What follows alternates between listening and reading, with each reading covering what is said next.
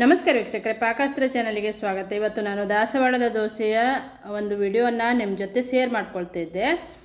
ದಾಸವಾಳದ ದೋಸೆ ಅಂದ ತಕ್ಷಣ ಏನಪ್ಪ ಅಂದ್ಕೊಳ್ಬೋದು. ದಾಸವಾಳದ ದೋಸೆಯನ್ನು ನಾವು ತಿಂಗಳಿಗೊಮ್ಮೆ ಅಥವಾ 15 ದಿನಕ್ಕೊಮ್ಮೆ ಆದರೂ ಇದನ್ನು ಮಾಡ್ಕೊಂಡು ತಿನ್ನೋದ್ರಿಂದ ಆರೋಗ್ಯಕ್ಕೆ ತುಂಬ ಬೆನಿಫಿಟ್ ಇದೆ. ಇದರಲ್ಲಿ ರೋಗ ನಿರೋಧಕ ಶಕ್ತಿ ಅಧಿಕವಾಗಿರುತ್ತೆ. ಹಾಗೆ ನಮ್ಮ ಮೂಳೆಯ ಬಲಕ್ಕೆ ತುಂಬ ಒಳ್ಳೆಯದು. ಮತ್ತು ನಾವು ತಿಳಿಯದೇನೋ ಊಟ ಮಾಡುವಾಗ ಕಲ್ಲು ಅಥವಾ ಈ ತಲೆ ಕೂದಲು, ಸಣ್ಣ ಸಣ್ಣ ಕೂದಲು ನಮಗೆ ಗೊತ್ತಾಗದೇ ಹೋಗ್ಬಿಡತ್ತೆ. ಆವಾಗ ಅದೆಲ್ಲ ಕರಗಿಸುವಷ್ಟು ಶಕ್ತಿ ಈ ದಾಸವಾಳದ ಒಂದು ದೋಸೆ ಅಥವಾ ಇಡ್ಲಿನೂ ಮಾಡ್ಕೊಳ್ತಾರೆ, ಕಡುಬನ್ನು ಮಾಡ್ಕೊಂಡು ತಿನ್ಬೋದು. ತುಂಬ ಚೆನ್ನಾಗಾಗುತ್ತೆ, ತುಂಬ ಅದು ರುಚಿನೂ ಇರುತ್ತೆ. ಮತ್ತೇನು ದಾಸವಾಳದ ದೋಸೆ ಅಂದ ತಕ್ಷಣ ರುಚಿ ಹೇಗಿರುತ್ತೆ ಅಂದ್ಕೊಳ್ಬೋದು. ಏನಿಲ್ಲ, ತುಂಬ ಟೇಸ್ಟ್ ಕೊಡುತ್ತೆ. ನಾವು ದಾಸವಾಳದ ದೋಸೆ ಮಾಡಲಿಕ್ಕೆ ಕೆಂಪು ದಾಸವಾಳದ ಹೂವು, ಈ ದಾಸವಾಳದ ಹೂವು ಅಥವಾ ಬಿಳಿ ದಾಸವಾಳದ ಹೂವಿನ ಎಲೆಯನ್ನು ತಗೊಳ್ಬೇಕು. ಮತ್ತು ಎಲ್ಲ ದಾಸವಾಳದ ಇವಾಗಂತೂ ತುಂಬ ಹೈಬ್ರಿಡ್ ದಾಸವಾಳ ಬಂದಿರ್ಬೋದು. ಎಲ್ಲ ದಾಸವಾಳದ ಹೂವು ಹಾಕ್ಕೊಳ್ಬೇಕಂತಿಲ್ಲ.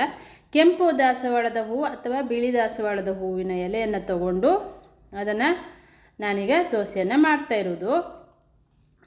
ಇದನ್ನು ತಿನ್ನೋದ್ರಿಂದ ನಮ್ಮ ಕಣ್ಣಿನ ದೃಷ್ಟಿಗೂ ಒಳ್ಳೆಯದು, ತಲೆ ಕೂದಲಿಗೂ ಒಳ್ಳೆಯದು.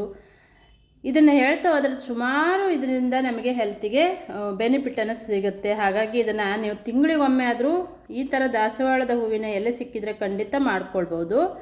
ನಾನೀಗ ಎಲ್ಲ ದಾಸವಾಳದ ಹೂವಿನ ಎಳೆ ಎಲೆಯನ್ನು ತಗೊಳ್ತಾ ಇದ್ದೆ. ಅಂದರೆ ಚೆನ್ನಾಗಿರುವ ಎಲೆಯನ್ನು ತಗೊಳ್ಬೇಕು.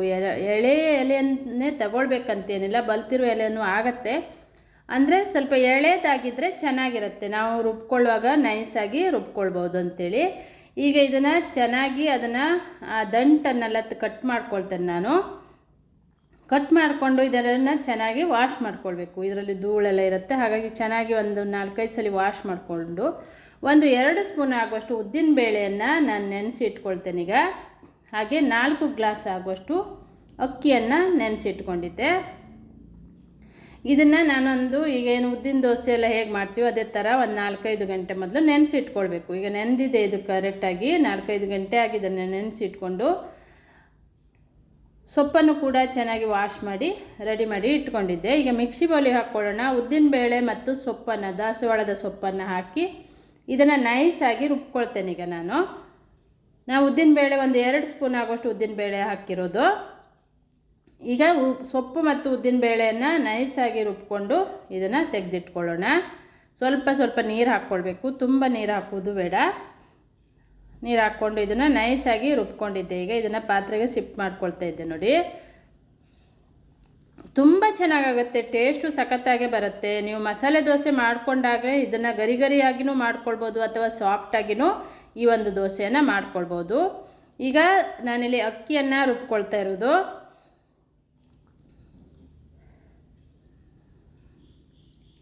ಅಕ್ಕಿಯನ್ನು ನಾನು ತುಂಬ ನೈಸು ಮಾಡಲಿಲ್ಲ, ತುಂಬ ತರಿಯಾಗಿಯೂ ಇಲ್ಲ, ಮೀಡಿಯಮ್ ಆಗಿ ರವ ಅಂದರೆ ಚಿರೋಟಿ ರವದ ಹದದಲ್ಲಿ ರುಬ್ಕೊಂಡಿದ್ದೆ ಇದನ್ನು ಈಗ ಆ ದಾಸವಾಳದ ಎಲೆ ರುಬ್ಬಿದ ಮಿಶ್ರಣಕ್ಕೆ ಇದನ್ನು ಹಾಕ್ಕೊಂಡು ಅದೇ ಪಾತ್ರೆಯಲ್ಲಿ ಹಾಕ್ಕೊಳ್ಳೋಣ.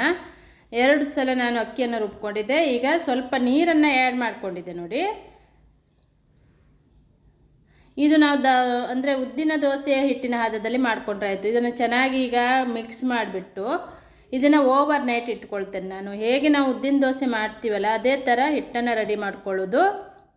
ಇದನ್ನು ಓವರ್ ನೈಟ್ ಇಟ್ಕೊಳ್ಬೇಕು. ಇದನ್ನೀಗ ಮುಚ್ಚಿಬಿಟ್ಟು ಇದನ್ನು ಸೈಡಲ್ಲಿ ಇಟ್ಕೊಳ್ಳೋಣ. ಈಗ ನಾನು ಬೆಳಿಗ್ಗೆ ನೋಡ್ತಾ ಇರೋದು ಚೆನ್ನಾಗಿ ಹಿಟ್ಟು ಹುದುಗಿ ಬಂದಿದೆ ನೋಡಿ. ಈ ಥರ ಹುದುಗಿ ಬಂದರೆ ಚೆನ್ನಾಗಾಗತ್ತೆ, ಗೂಡಾಗಿ ದೋಸೆ ಬರುತ್ತೆ. ಅದು ಕಣ್ಣಾಗಿ ಇದು ಗೂಡಾಗಿ ಬರುತ್ತೆ. ಸೂಪರಾಗಿ ಸಾಫ್ಟಾಗಿನೂ ಮಾಡ್ಕೊಳ್ಬೋದು ನಾವು, ಅಥವಾ ನಾವು ಮಸಾಲೆ ದೋಸೆ ಮಾಡುವಾಗ ತಿಳುವಾಗಿ ಅದನ್ನು ಗರಿಯಾಗಿನೂ ಮಾಡ್ಕೊಳ್ಬೋದು. ನಾನು ರಾತ್ರಿ ಉಪ್ಪು ಹಾಕಿಟ್ಟಿಲ್ಲ, ನಾನು ಬೆಳಿಗ್ಗೆನೇ ಉಪ್ಪು ಹಾಕ್ತಾಯಿರೋದು. ಅದನ್ನು ಉಪ್ಪು ಹಾಕಿಬಿಟ್ಟು ಇದನ್ನು ಚೆನ್ನಾಗಿ ಈಗ ಮಿಕ್ಸ್ ಮಾಡ್ಕೊಳ್ಳೋಣ. ನೀವು ಉಪ್ಪು ಹಾಕಿಟ್ರೂ ಆಗುತ್ತೆ.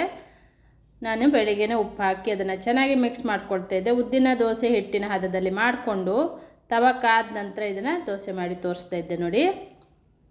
ತುಂಬ ಚೆನ್ನಾಗಿ ಬರುತ್ತೆ ನೋಡಿ, ಮಾಡಲಿಕ್ಕೂ ಹಾಗೆ ಈಸಿಯಾಗಿ ಬರುತ್ತೆ. ಈ ಥರ ಕಣ್ಣಾಗಿ ಗೂಡಾಗಿ ಬಂದ್ರೇ ಚೆನ್ನಾಗಿರುತ್ತೆ.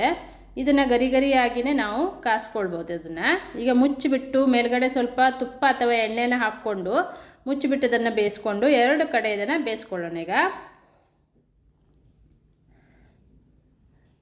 ತುಂಬ ಟೇಸ್ಟು ಕೊಡುತ್ತೆ. ನೀವು ಏನಪ್ಪ ದಾಸವಾಳದ ದೋಸೆ ಹೇಗೆ ತಿನ್ನೋದು ಅಂದ್ಕೊಂಡ್ರೆ ಇದನ್ನು ಒಮ್ಮೆ ಮಾಡಿ ನೋಡಿದರೆ ನಿಮಗೆ ಅದ್ರ ರುಚಿ ಗೊತ್ತಾಗುತ್ತೆ. ಟೇಸ್ಟು ಸಖತ್ತಾಗಿ ಬರುತ್ತೆ. ಏನು ಡಿಫ್ರೆಂಟು ಅನಿಸಲ್ಲ ನಿಮಗಿದು. ಯಾವ ದೋಸೆ ಅಂತಲೇ ಗೊತ್ತಾಗಲ್ಲ, ಉದ್ದಿನ ದೋಸೆ ತಿಂದಾಗೇ ಇರುತ್ತೆ. ಈಗ ನಾನಿದು ದೋಸೆ ಮಾಡಿ ಆಗಿದೆ ನೋಡಿ. ನೀವು ಇನ್ನೂ ಇದನ್ನು ಗರಿಗರಿಯಾಗಿಯೂ ಬೇಯಿಸ್ಕೊಳ್ಬೋದು. ನಾನು ಇದನ್ನು ಸ್ವಲ್ಪ ಸಾಫ್ಟ್ ಇದೆ, ಸ್ವಲ್ಪ ಗರಿಗರಿಯಾಗಿ ಈ ಥರ ಮಾಡ್ಕೊಂಡಿದ್ದೆ. ಹಸಿರಾಗಿ ಸೂಪರಾಗಿರುತ್ತೆ ದೋಸೆ. ಟೇಸ್ಟು ಹಾಗೆ ಸಖತ್ತಾಗಿ ಬರುತ್ತೆ. ಇದ್ರ ಜೊತೆ ನಾನು ಆಲೂಗಡ್ಡೆ ಪಲ್ಯನ ಮಾಡಿದ್ದೆ. ಅದ್ರ ಜೊತೆ ಇದನ್ನು ಸರ್ವ್ ಮಾಡ್ಕೊಳ್ತಾ ಇರೋದು. ನೀವು ತೆಂಗಿನಕಾಯಿ ಚಟ್ನಿನೂ ಮಾಡ್ಕೊಳ್ಬೋದು. ಸೂಪರಾಗಿರುತ್ತೆ, ಸಖತ್ ಟೇಸ್ಟ್ ಕೊಡುತ್ತೆ. ಅಥವಾ ಸಾಂಬಾರಿದ್ದರೆ ಸಾಂಬಾರು ಜೊತೆನೂ ಸರ್ವ್ ಮಾಡ್ಕೊಳ್ಬೋದು. ನೋಡಿದ್ರಲ್ಲ ಎಷ್ಟು ಸಿಂಪಲ್ಲಾಗಿ ಟೇಸ್ಟಿಯಾಗಿ ಹೆಲ್ತ್ಫುಲ್ ಆಗಿರುವಂಥ ದಾಸವಾಳದ ದೋಸೆಯನ್ನು ನಿಮ್ಮ ಜೊತೆ ಶೇರ್ ಮಾಡಿಕೊಂಡಿದ್ದೆ. ನನ್ನ ಚಾನಲನ್ನು ನೀವು ಸಬ್ಸ್ಕ್ರೈಬ್ ಮಾಡ್ಕೊಳ್ಳಿ. ವಿಡಿಯೋವನ್ನು ಇನ್ನೊಬ್ಬರಿಗೂ ಶೇರ್ ಮಾಡಿ, ಲೈಕ್ ಮಾಡಿ, ಸಪೋರ್ಟ್ ಮಾಡಿ. ಇದೇ ಥರ ನನ್ನ ಎಲ್ಲ ವಿಡಿಯೋವನ್ನು ನೀವು ಸಪೋರ್ಟ್ ಮಾಡಿ. ಕಮೆಂಟ್ ಬಾಕ್ಸಲ್ಲಿ ಕಮೆಂಟನ್ನು ಬರ್ತಿಸಿ. Thank you.